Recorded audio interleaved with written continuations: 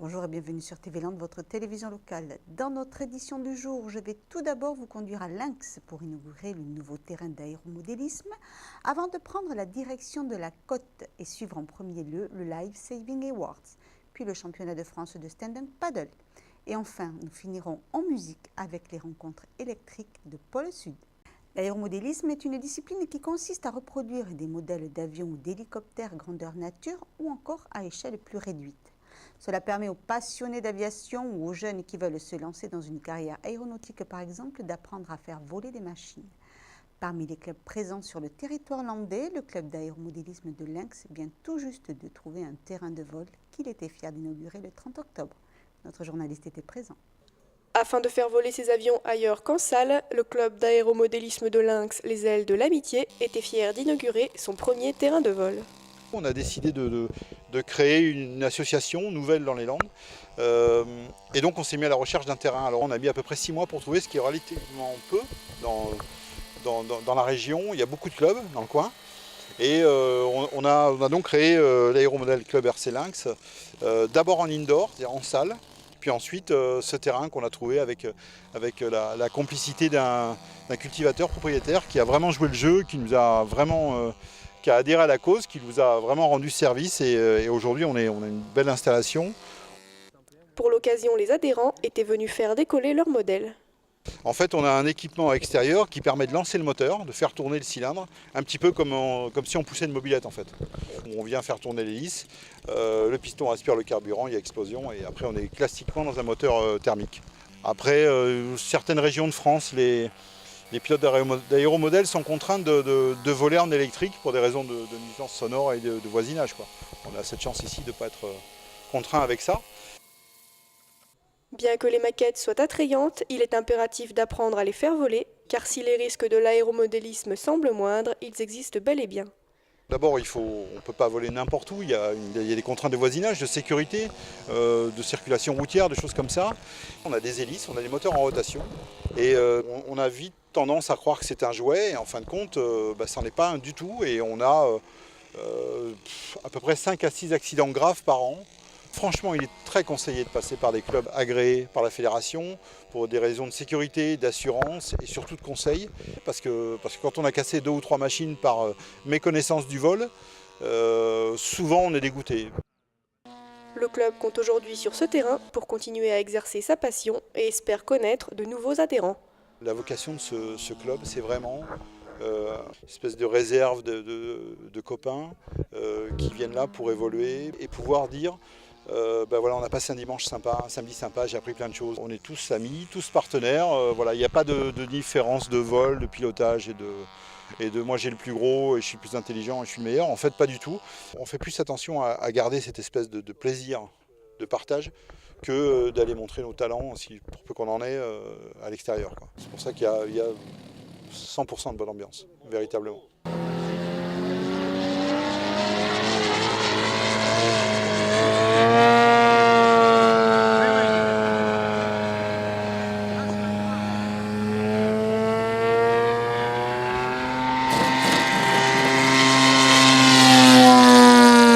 Les awards ont été remis une nouvelle fois aux sauveteurs sportifs de cette année. Une deuxième édition pleine de joie et de convivialité. Une véritable soirée de prestige emplie d'athlètes de haut niveau récompensés avec honneur. Voici donc les Life Saving Awards. Deuxième cérémonie du Life Saving Awards au casino de Cabreton. L'association Coureurs d'écume a mis une nouvelle fois en avant le sauvetage sportif en récompensant les acteurs de cette discipline. Alors, il y aura 10 prix remis ce soir dans la salle du phare du casino de Cabreton. 10 prix, notamment le sauveteur français de l'année, la sauveteuse française, mais aussi le meilleur sauveteur européen, la plus belle photo, le bénévole le plus dévoué, le prix du fair play, et j'en passe. Donc 10 prix au total, voilà, pour les garçons et les filles, pour toutes les générations. On n'oublie personne. Et on essaie vraiment de mettre en avant ces sauveteurs sportifs assez méconnus malheureusement, mais au potentiel et au travail incroyable. Cette année, la catégorie Fair Play remplace le prix de l'action solidaire afin d'honorer les valeurs essentielles de ce sport.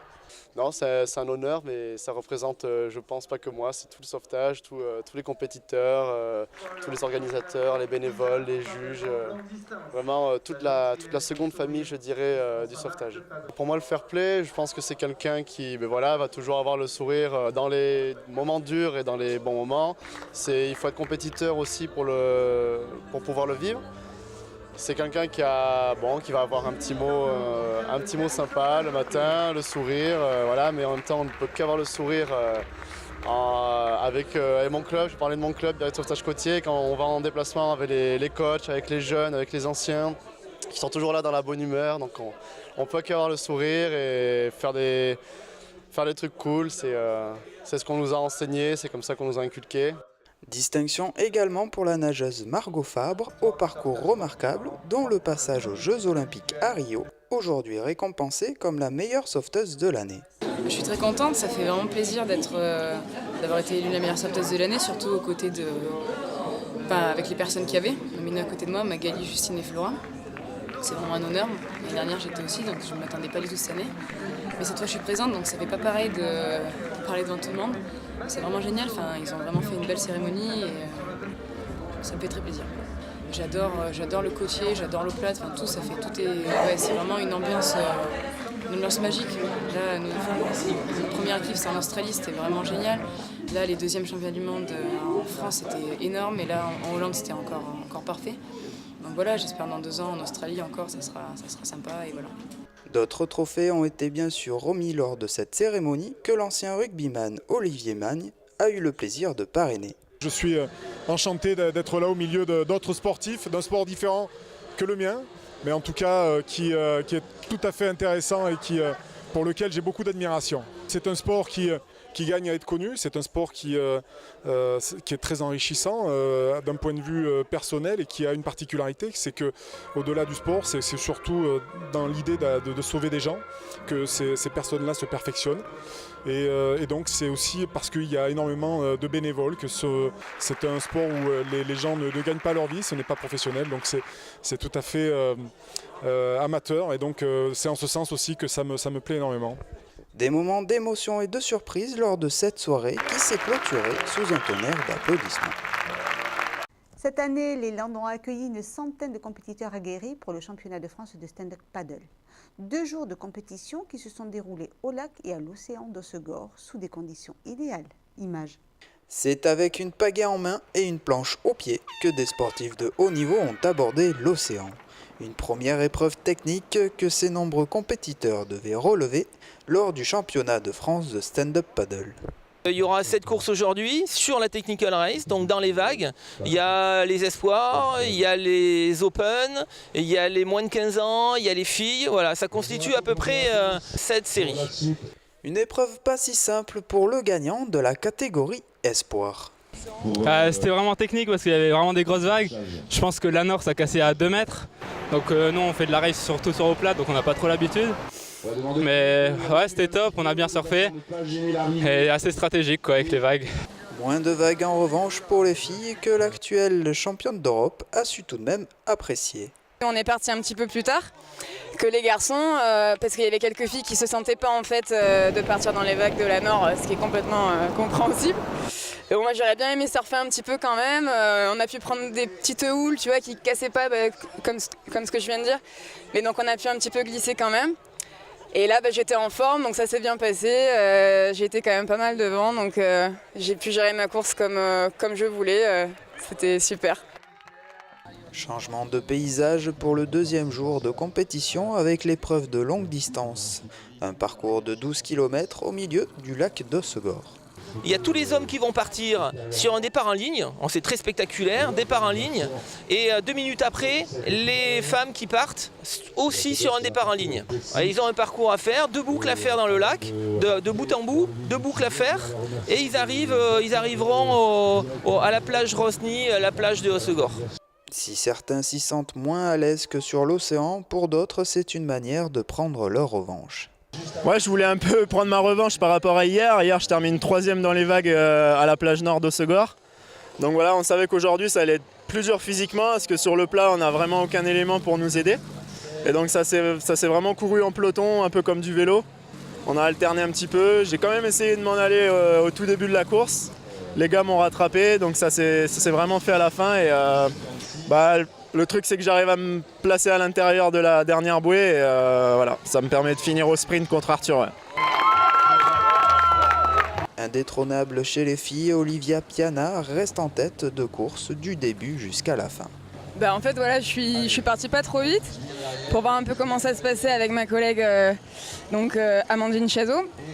Et donc on a bien longé les berges parce qu'il y avait la marée montante pour remonter le courant. Et en fait, chez moi, je pratique le downwind, c'est quand on se fait pousser par les vagues et le vent, par Mistral quand c'est bien fort et tout. Et là, ça reproduisait un petit peu avec le courant qui était dans notre sens, avec des petites vagues, avec les garçons aussi qui étaient sur les côtés, qui faisaient eux des vagues aussi. Donc j'ai bien glissé, je suis partie et après j'étais en forme, donc j'ai pu faire mes 2 tours et demi comme je le voulais, quoi. 2 jours de compétition avec des conditions idéales, un régal pour les gagnants qui se retrouveront prochainement pour le championnat du monde. Pendant les vacances de la Toussaint, de jeunes artistes ont voulu découvrir ou améliorer leurs talents musicaux en participant aux rencontres électriques. Un travail de 3 jours au pôle sud de Saint-Vincent-de-Tyrosse en compagnie de professionnels en la matière, le tout dans une ambiance conviviale. Chaque année, au pôle sud de Saint-Vincent-de-Tyrosse sont organisées les rencontres électriques. 3 jours de stage auprès de jeunes adolescents que des intervenants professionnels accompagnent dans des ateliers musicaux, vidéo et danse. J'ai bossé avec 8 élèves. Pour la plupart des novices, il y en avait 3 qui étaient là l'année dernière, sachant qu'ils ne pratiquent pas la danse à l'année du tout, donc qui est juste sur les rencontres électriques. Voilà, on a bossé sur 3 jours, donc 15 heures en tout, 15 heures d'atelier pour monter une pièce qui fait quand même 8 minutes. Donc c'est énorme pour des jeunes qui sont pas dans la danse. Voilà, du hip-hop essentiellement, puisque voilà, c'est la danse qui est proposée là sur les rencontres électriques. Et voilà. Plusieurs heures de travail pour chaque atelier qu'ils ont dévoilé à la fin de leur stage. Aujourd'hui, ça se clôture par un concert et au préalable une balance qui leur permet de connaître ce que c'est une balance dans des conditions professionnelles. Et aussi le concert joué devant un public de 200 personnes. Donc là, ils vont avoir le rendu de leur travail en conditions réelles, puisque c'est quand même bien un public de 200 personnes pour la plupart d'entre eux faire un premier concert. Le but, c'est que ces gamins-là, on les retrouve en train de jouer dans des groupes de rock dans 1 ou 2 ans. Et voilà, on est en train en fait de les corrompre vilainement. Voilà. Et de les rendre surtout heureux. Parce que voilà, on les fait travailler vraiment beaucoup, mais tout en s'amusant. Voilà, on est vraiment sur du ludique, mais tout en apprenant. Voilà. Et ils prennent du plaisir dans le progrès. Voilà.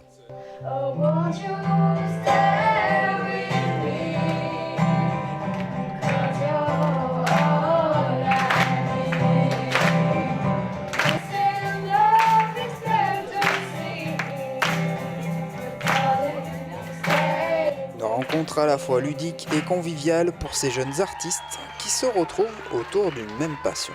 Les rencontres électriques, c'est un moyen de communiquer en fait avec ses amis, de se retrouver, de rigoler et de se dépenser. Franchement, cette année, c'était top, mais comme les autres années, quoi. Chaque année, c'est toujours rempli d'émotions et super. Voilà, cette édition s'achève donc en musique. Merci de votre fidélité. Votre prochain journal de TV Land, votre télévision locale, sera lundi 7 novembre. Bon week-end.